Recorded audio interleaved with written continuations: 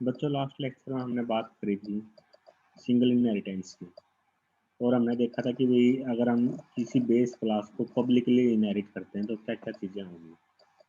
जब हम publicly inherit करते हैं तो जो बेस क्लास का प्राइवेट मेंबर है वो ड्राइव्ड क्लास के अंदर भी प्राइवेट होगा, और अगर मुझे बेस क्लास का प्राइवेट मेंबर एक्सेस करना है ड्राइव्ड क्लास के अंदर तो मुझे बेस क्लास के मेंबर फंक्शन के थ्रू उसको एक्सेस करना पड़ेगा। ठीक है, आज हम देखेंगे कि भाई अगर हम बेस क्लास को प्राइवेटली इनहेरिट करते हैं तो क्या होगा। जब मैं बेस क्लास को प्राइवेटली इनहेरिट करता हूँ ड्राइव्ड क्लास के अंदर तो आपको पता है कि भाई जो प्राइवेट मेंबर है बेस क्लास का वो तो इनहेरिट होता ही नहीं, और पब्लिक मेंबर है जो बेस क्लास का वो भी प्राइवेट हो जाएगा ड्राइव्ड क्लास के अंदर जब मैं बेस क्लास को प्राइवेटली इनहेरिट करूंगा। समझ रहे हो, पब्लिक है वो भी आपका प्राइवेट हो जाएगा ड्राइव्ड के अंदर,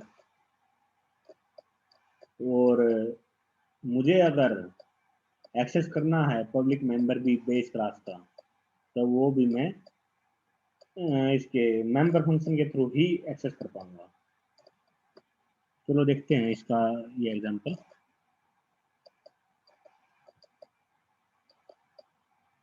सपोज करो मैं इसको कर देता हूँ प्राइवेट, क्योंकि मुझे एक ही कीवर्ड चेंज करना है प्राइवेटली इनहेरिट करने के लिए।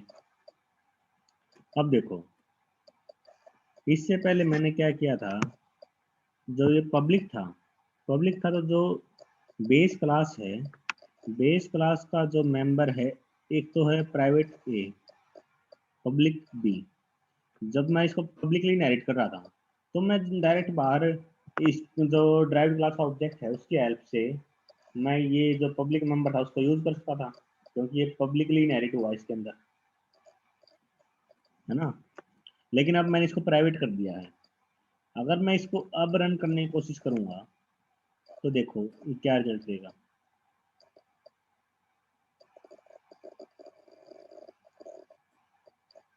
देखो इसने मुझे एरर दिया है, बी इज इनएक्सेसिबल। इनएक्सेसिबल का क्यों है ये, क्योंकि जो बी है ये बेस क्लास के अंदर तो ये आपका पब्लिक है, लेकिन जब मैंने इसको प्राइवेटली ड्राइव्ड किया है तो ये इसके अंदर प्राइवेट हो गया, और मैं इसको डायरेक्ट ऑब्जेक्ट की हेल्प से कॉल नहीं कर सकता। अब मुझे अगर इसको यूज करना है तो मैं इसको मेंबर फंक्शन की हेल्प से यूज कर पाऊंगा। और देखो यहाँ पर एक और है, यहाँ पर मैंने इसको बी यूज किया है डायरेक्ट।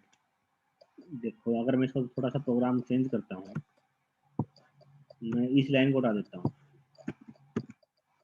अब मैंने यहाँ पर क्या किया, सो फंक्शन है जो उसको कॉल कर लिया इस फंक्शन को। अब क्या ये मुझे ठीक रिजल्ट देगा या नहीं वो देखते हैं।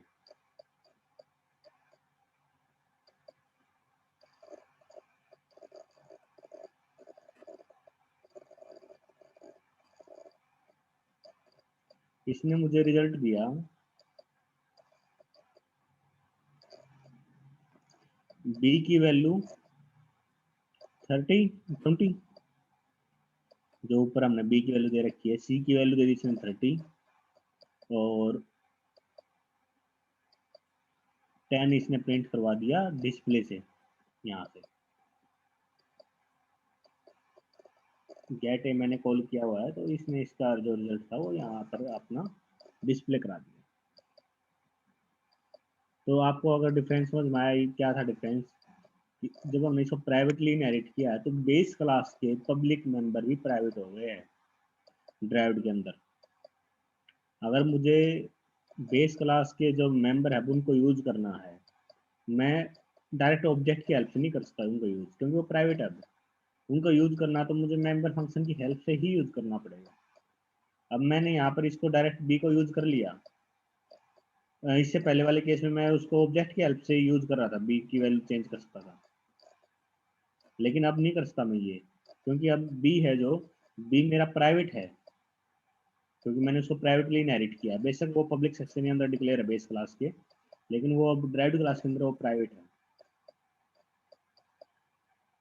तो पब्लिकली इनहेरिट करने का और प्राइवेटली इनहेरिट करने का जो डिफरेंस है वो उम्मीद करता हूँ कि भाई क्लियर हुआ है अब। तो चलो इस लेक्चर में इतना ही, नेक्स्ट लेक्चर में देखेंगे पब्लिक, प्राइवेट और प्रोटेक्टेड एक्सेस मॉडिफायर।